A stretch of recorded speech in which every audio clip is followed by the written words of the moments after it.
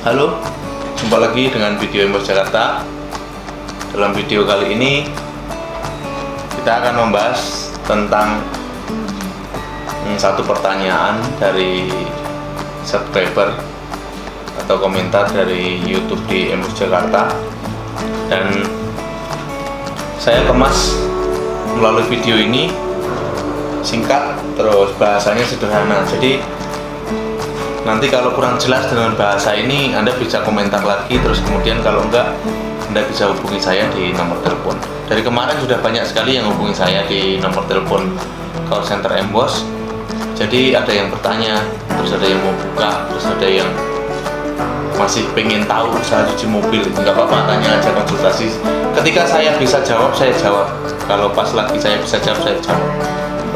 Maksudnya saya bisa jawab, terus kemudian saya bisa berikan penjelasan seperti video yang baru seperti ini. Sekali lagi saya ingatkan, yuk mari supaya kita lebih semangat membangun channel ini. Saya semangat, terus Anda juga dapat informasi mengenai salon mobil dan cuci mobil. Anda bisa subscribe channel ini, kemudian nyalakan lonceng notifikasinya.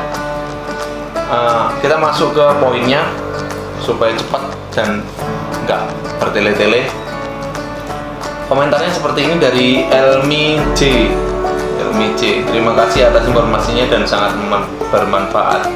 Kalau diperkenankan, saya ingin bertanya Pak, bagaimana cara menentukan harga modal satu kali cuci mobil, misalnya mobil Avanza?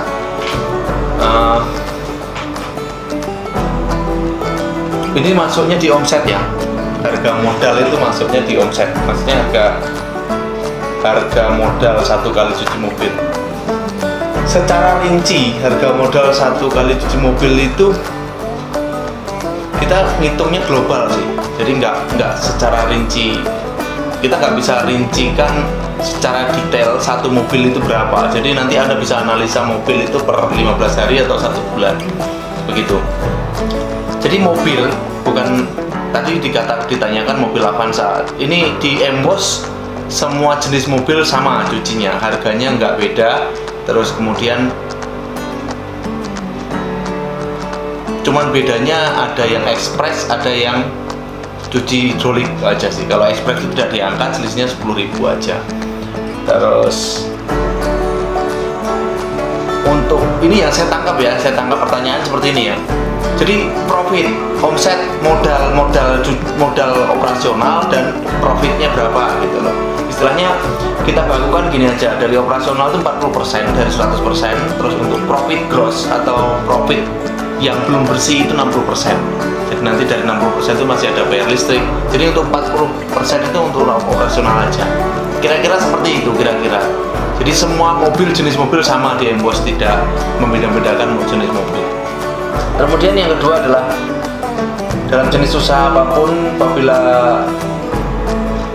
apalagi usaha jasa seperti ini, tentunya tidak akan berjalan dan bagus apabila tidak dibuat sistem kerja operasional, khususnya buat karyawan, tentang penggajian, rekrutmen karyawan, hal lain-lain. Ya, ini saya sebut sistem kerja, SOP.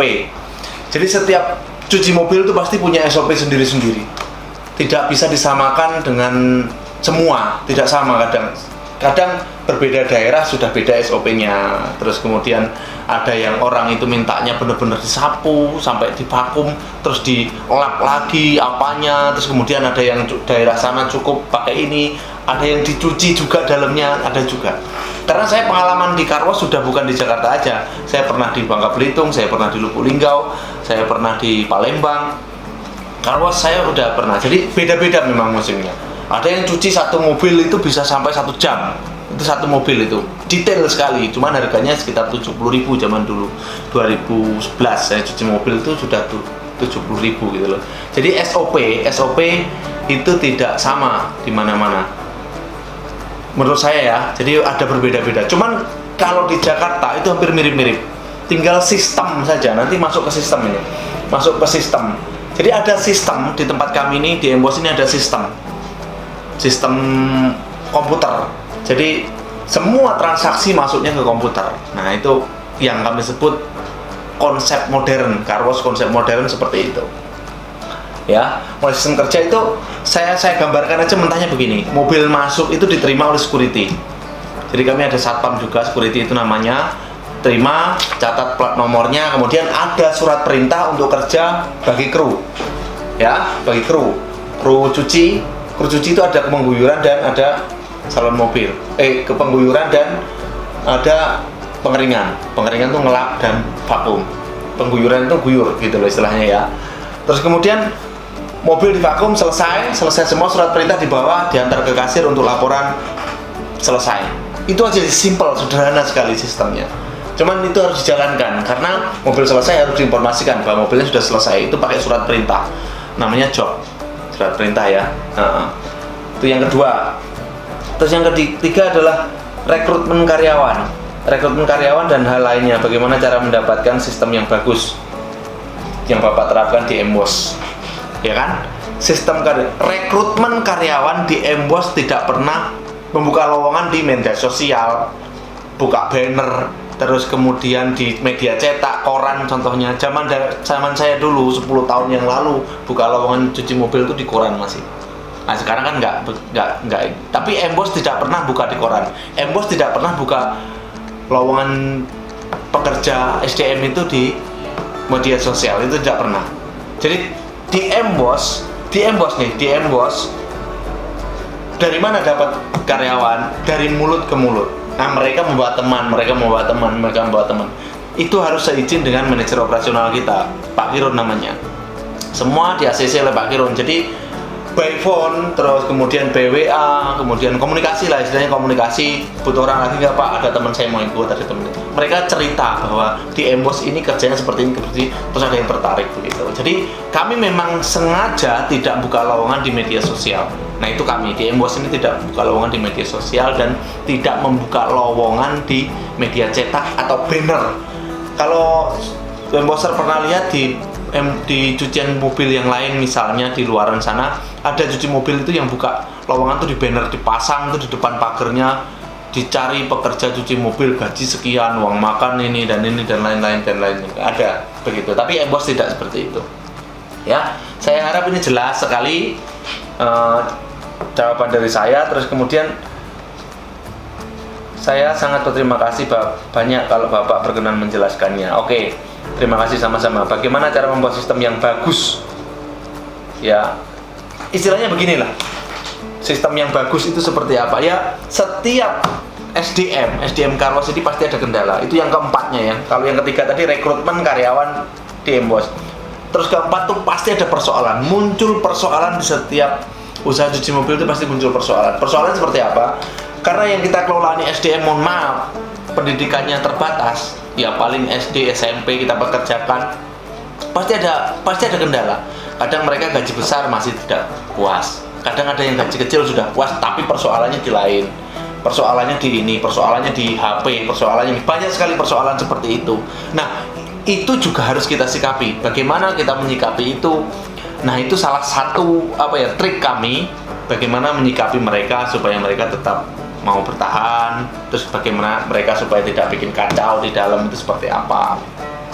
Ya, jadi ada persoalan itu tetap ada. Jadi kelamaan semakin baik. Harusnya seperti itu. Usaha yang sehat kan seperti itu. Kelamaan harus semakin baik, tidak semakin menurun. Kemudian banyak persoalan tidak bisa diatasi begitu, bukan begitu. Oke, Elmi J, saya rasa cukup ini penjelasan saya. Yang pertama adalah pendapatan tadi saya kembali. Terus kemudian sistem kerja itu SOP itu mudah sekali, jelas sekali. Terus kemudian yang ketiga rekrutmen karyawan. Persoalan yang keempat itu tidak akan pernah habis di usaha cuci mobil. Makanya saya tegaskan di beberapa video saya yang sudah lewat, jangan buru-buru buka cuci mobil kalau tidak mau pusing. Karena persoalan di dalam itu banyak sekali. Persoalan SDM ya, yang paling penting itu persoalan SDM. Kalau Anda sudah bisa siasati bagaimana mengatasi SDM anak buah Anda, terus kemudian menyikapinya seperti apa, solusinya nanti seperti apa, silahkan coba untuk buka cuci mobil. Sebenarnya ini sudah saya jelaskan di video-video saya yang sudah lewat. Banyak video-video saya, Anda bisa lihatlah di video-video saya, judulnya ada bagaimana supaya karyawan tidak keluar masuk dan lain sebagainya, itu ada semua di sana. ya. Elmi C, saya harap bisa mengerti bahasa saya ini yang sangat sederhana. Tapi saya rasa ini sudah cukup jelas, nanti saya tidak perlu jelaskan lagi mengenai sistem operasional, terus rekrutmen karyawan dan pendapatan. Gitu. Saya rasa ini saja Embosser video kali ini, semoga bermanfaat bagi Anda.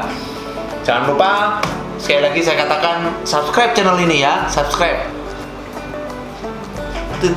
Tutul aja, cek subscribe, kemudian nyalakan loncengnya. Kritik dan saran saya mau dengarkan dari Anda. Kemudian kalau misalnya ada pertanyaan, nanti saya buatkan video selanjutnya. Embos tempat yang tepat untuk merawat mobil Anda.